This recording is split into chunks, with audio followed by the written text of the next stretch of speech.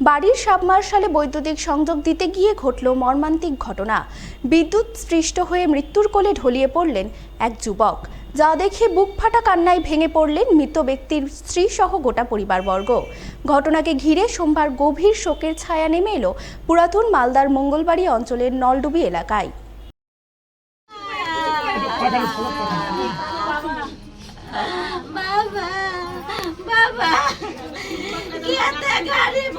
গাড়ি সব সময় বাবার সঙ্গে দুটা বাচ্চা, আমি কি করে কি করব?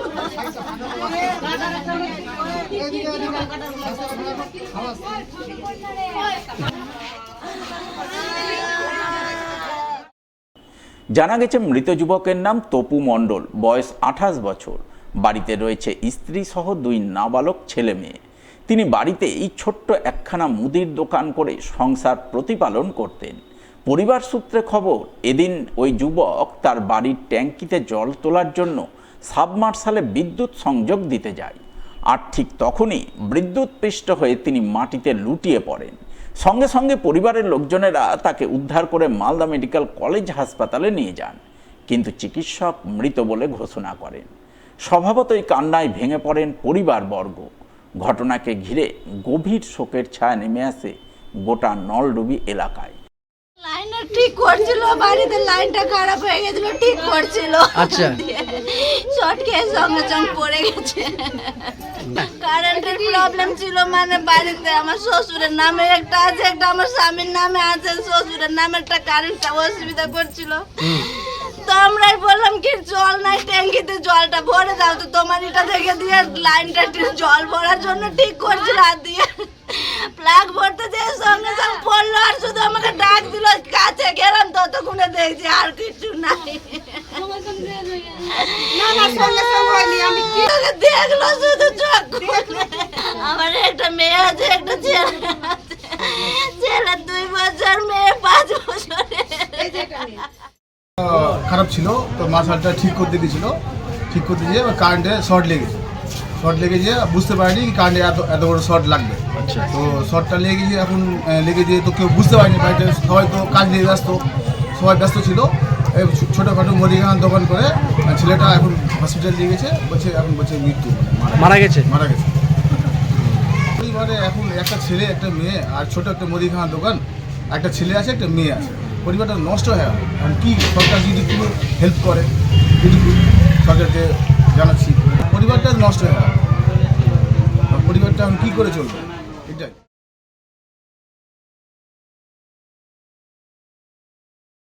কেওয়াইসি করানোকে কেন্দ্র করে সোমবার সকাল থেকেই পুরাতন মালদার মঙ্গলবাড়ির এক গ্যাস ডিস্ট্রিবিউটরের অফিসে ভিড় উপচে পড়ল গ্রাহকদের। নজরে এলো গ্রাহকদের দীর্ঘ লাইন। সকাল 7টা থেকেই বহু গ্রাহক নথিপত্র নিয়ে গ্যাস অফিসের সামনে জড়ো হন। দীর্ঘক্ষণ লাইনে দাঁড়িয়ে গ্যাসের কেওয়াইসি করান। কেওয়াইসি না করলে ভবিষ্যতে চড়া দামে গ্যাস কিনতে হবে, এমনই আশঙ্কা করছেন গ্রাহকরা। মানে গ্যাসের কেউ বলছে কেওয়াইসি করতে হবে, না হলে গ্যাস পাওয়া যাবে না। আধার কার্ড লিঙ্ক করা আছে কিনা এটা চেক আপ করার জন্য। এছাড়াও যাদের পাইপ হয়তো নোয়া নেই, পাইপের ক্ষেত্রে বলছে যে কেউ বলছে 5 বছর যাবে, কেউ বলছে 2 বছর। কিন্তু পাইপটা নেওয়ার পর তো এন্ট্রিটা হয়তো আমরা জানি না যে এরকম টাকা এন্ট্রি করতে হয়, যার জন্য ওই কাগজটা আমরা দেখাতে পারছি না, জন্য হয়তো দেখে বলছে না আপনার পাইপও লাগবে বা কেওয়াইসিও লাগবে। পাইপ নিতে হচ্ছে? হ্যাঁ, পাইপ নিতে হচ্ছে, কিন্তু সবার ক্ষেত্রে না। কেউ তো আবার দেখছি পাইপ ছাড়াই হয়ে যাচ্ছে। এখন না করার পর হয়তো গ্যাসটা বেশি দামে নিতে হবে 16 তারিখের পর থেকে। 2200 বা 2100 টাকা এরকম একটা বলছে, যে দেখাচ্ছে যে এরকম মোবাইলে যা বলছে বা সবাই বলছে। কিন্তু অফিস তো বলছে না, এরকম কোনো কথা না। না, কিন্তু অফিস থেকে এরকম পাওয়া যায়নি, কিন্তু মোবাইলে দেখাচ্ছিল, আমরা যা দেখছিলাম সেটাই বলছিল। ওই জন্যই মানুষ অপর্যাপ্ত পরিমাণে ভিড় যা দাঁড়িয়ে আছে, দেখতে পাচ্ছেন। যা কটা থেকে লাইন দিয়েছে স্যার? এটা আমি তো 9:30 থেকে লাইন দিয়েছি, এখনো পিছনে আছে, আপনি গেটে পৌঁছাতে পারিনি। গ্যাসের যে এটা চলছে, হ্যাঁ কেওয়াইসি, তো কেওয়াইসি আমি 2 বছর আগে করেছিলাম। আজকে আবার সরকার বলেছে কেওয়াইসি করতে হবে। কেওয়াইসির লাইনে আমি 10টায় দাঁড়িয়েছি। আমি 65 এজ। এখানে কাউন্টার আরও বাড়ানো উচিত। আমি চাই কাউন্টার আরও বাড়ুক, আর ডেটটাকে আরও বাড়ানো হোক। এখানে কোনো সার্কুলার নাই যে কোন ডেট থেকে কোন ডেট অবধি এটা চলবে। এখানে খালি টাইমটা দেওয়া আছে 10টা থেকে 1টা পর্যন্ত। 10টা থেকে 1টা এই এই 15 তারিখ ডেট পর্যন্ত, হ্যাঁ, এটা মনে হয় জনগণের পরে রিগিং হচ্ছে। আমি চাই টাইমটাকে বাড়ানো, 15 তারিখ না, এটাকে 2 মাস করা হোক, 2 মাস করা হোক।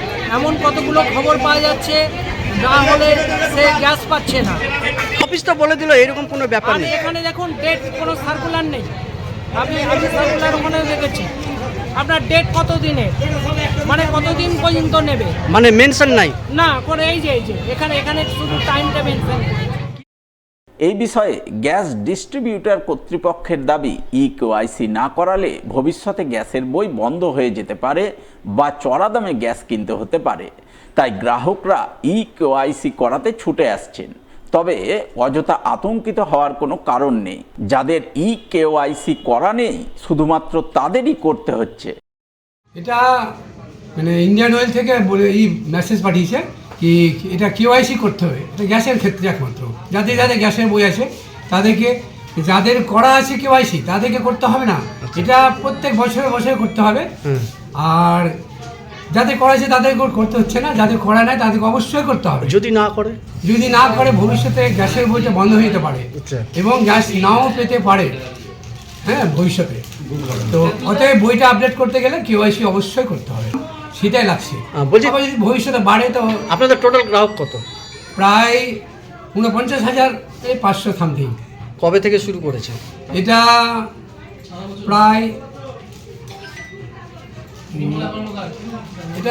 প্রায় দু মাস হতে চলবে এই কেওয়াইসিটা। এইরকমই ভিড় থাকছে? এরকমই ভিড় আছে এখন, তবে বর্তমানে এখন ভিড়টা বেশি হচ্ছে, যেহেতু ফেসবুকে মানে দিয়ে দিয়েছে ইন্টারনেট, আচ্ছা, ওই জন্য ভিড়টা বেশি হচ্ছে।